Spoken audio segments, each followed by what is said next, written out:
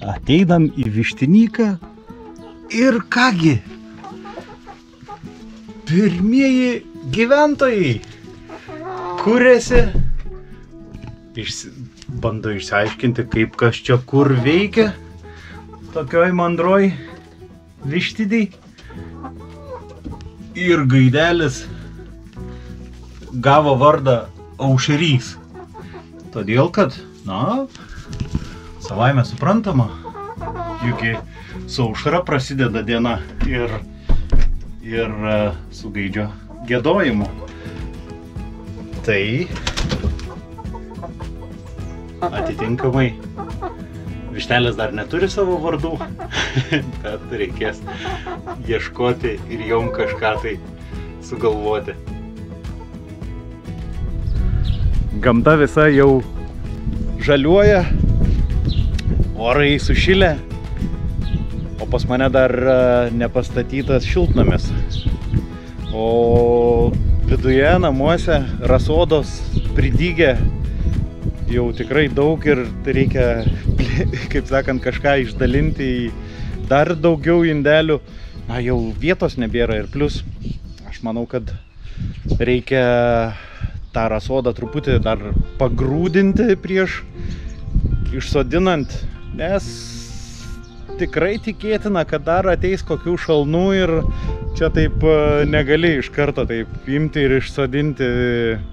Žinom, kaip orai kinta, čia šilta, čia šalta, dabar tos anomalijos orų.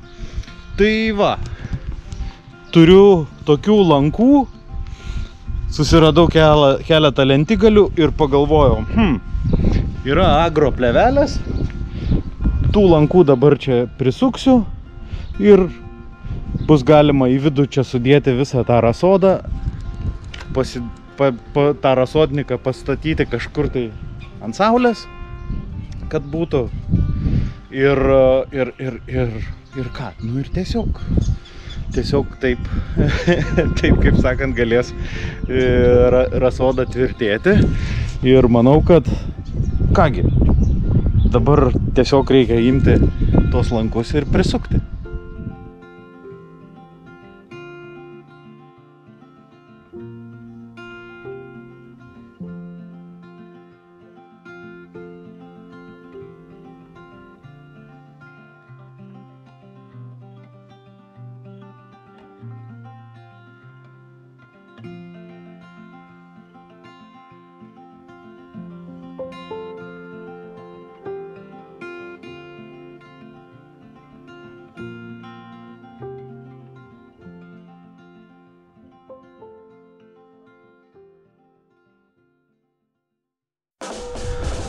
Pietų pusė, savo gražiai viskas su likučiais tokios agroplevelės.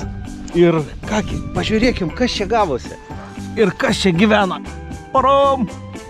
Gražuoliukai net virsta. Reikia pasukti, kad net čia neprispaušiau.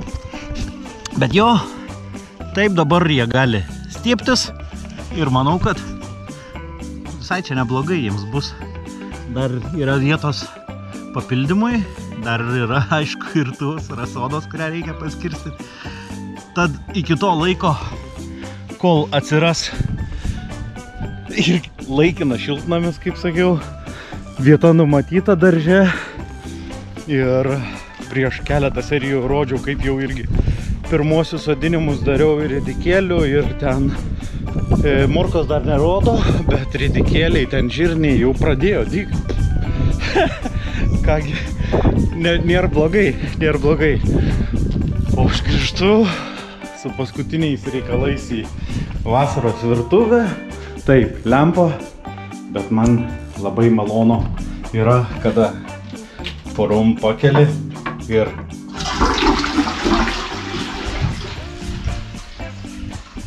maži gyvenimo malonumai ir patogumai. Taip, tualetas irgi baigtas.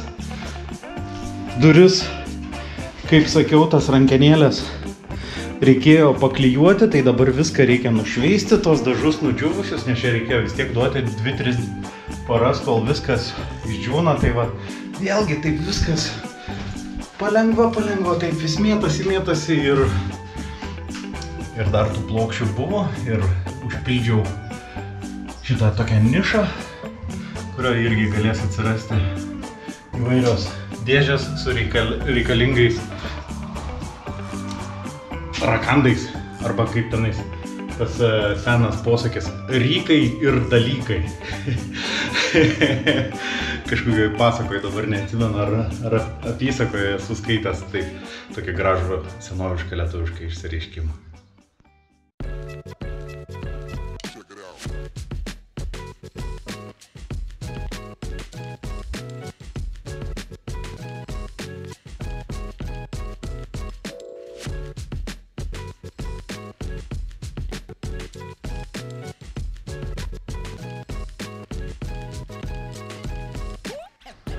Kai esi priverstas ir neturi pagalbos, internete visada gali susirasti informaciją ir gerokai pasižaidęs ir pirmą kartą gyvenime susijungiau lempas su judesio davikliu. Dabar aišku šviesa, bet pabandykim įeiti ten, kur yra tamsiau ir žiūrėsim, kaip čia suveikia.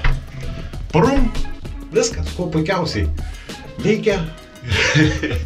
Senas geras lempas. Vėlgi, kaip sakant, panaudotos. Ir lygiai taip pat suveikia. Ir bonioji. Kągi, iš principo galiu sakyti, kad vasaros virtuvė tik tai plovimų pratusi, o daugiau kaip ir viskas baigta. Geras jausmas. Geras jausmas, tai dabar reikia turbūt, kad gal už škurlio, siurblio ir pateikti dar vieną savo užbaigtą kampelį naudojimui. O kaip buvau minėjęs prieš porą serijų, kad tunelis vištoms nelabai pasiteisino ir lygiai taip pat jau kaip ir pačios vištos atsirado. Vėlgi yra niuansų, kurie čia dabar galiu išsiplėsti, kaip gal ir jos yra jaunos, neįpratusios, nemokančios, tai dar tik gaidys vat yra drąsesnis, jis jau lyg ir bandytų per tą tunelį, bet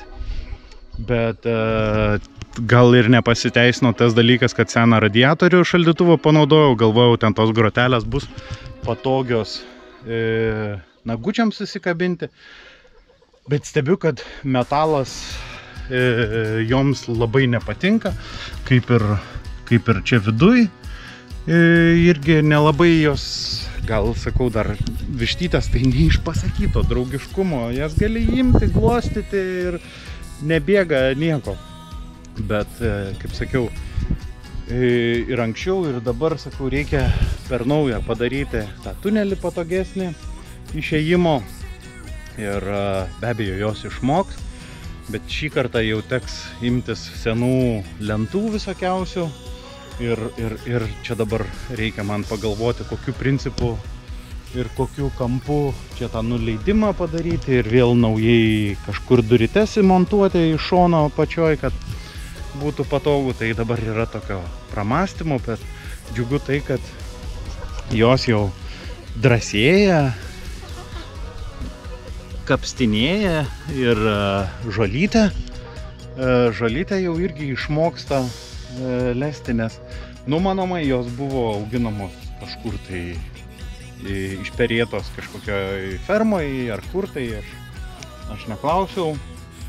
Tai jo, jos dar jaunos ir dar tų kiaušinių teks palaukti gerą mėnesiuką, kol atsiras.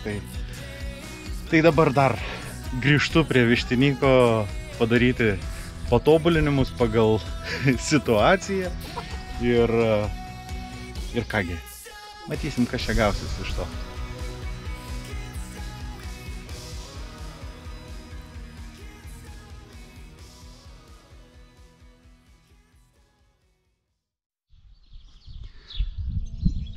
Klomboje gėlės jau žydi ir peržydi, ir slyva jau peržydėjo ir gamta visa žydė. O pas mane jau daugiau nei prieš mėnesį rodžiau, kaip Džambos dovanotos vynuogių šakelės jau pilnai išsišaknijo ir netgi žieduką išleido. O taipogi graikiškas riešutas irgi pilnumoje stiebėse ir juos irgi reikia į žemę sukišti, bet dar anksti jiems į lauką. Dar truputį lietuviškas pavasarėlis yra toks klastingas ir tegul dar pabūna vazonėliuose prieš prieš surandant jiems sodinukams vietą jau konkrečiai pas mane kieme. Tad dabar vėlgi seni geri kurmiarausio juodžemiai surinkti iš ganyklos. Na puiku, ko reikia daugiau, kai žemė iš karto puri, dar perpuvusio šieno, jis dabar sausas toksai, bet viskas bus sudrėkinta. Tai ką, taip, viską kryžmiškai sudėliot į vazonėlius ir vėl atgal į vidų keletai savaičių ir be abejo parodysiu, kai jau ateis metas, kur čia suradau, dar taip jau ne 100%, bet jau yra numatytos vietos, kur augti jiems. Kai gyveni turbinų krašte ir staiga pamatai, oi, atsiprašau, kad naktį viskas juda, bet veža mentis neišpasakyto dydžio. Pabandysiu dabar prieiti tam, kad pamatytume iš arčiau. Gerai, kad turiu draugų, su kuriais truputį panaktinėjom ir dabar keliauja mentis pro kulmenus, įsisukinėja. Aš skubu, gal tas vaizdas truputį dabar dreba, bet fūros, nežinau kiek čia metrų jos, daug metrų. Ir pamatom iš arti, kaip tas vaizdas atrodo.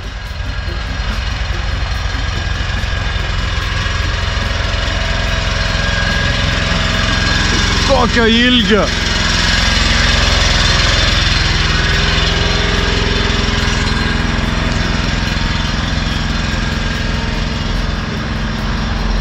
Nuo čia iki ten.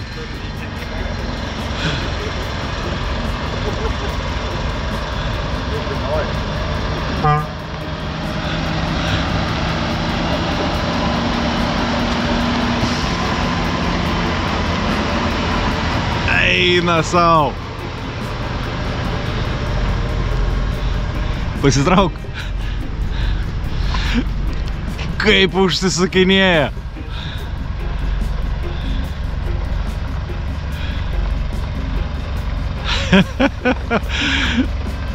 Kas yra matę tokių dalykų iš tokio artumo prie mentės?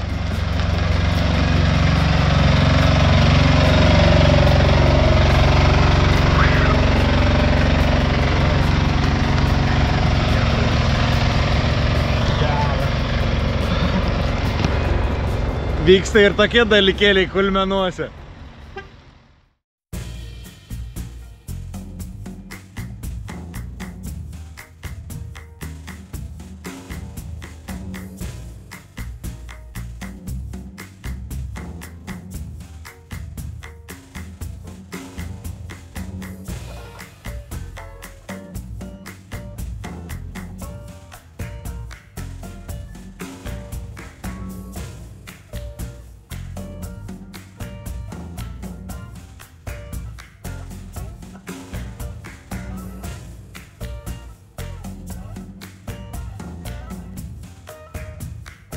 Padėsim iškelt. Vietą? Paimsi? Jo. Va taip, darbymetį. Akmenis kruta. Būčiau padėjęs. Jo. Kai tiek rankų reikia dar ir pabaigti laiptus statyti. Nes su didžiaisiais akmenim yra reikalų juos man vienam kažkaip tai atsiridenti, atsistatyti. Tai vat su pagalbininkais bandom antrąją pakopą išformuoti, o jau su smulkesniais aš galėsiu ir vienas pasidaryti pakopą, bet reikia juos atsirident ar atsinešti. Ir va taip darbymeti akmenai kruta.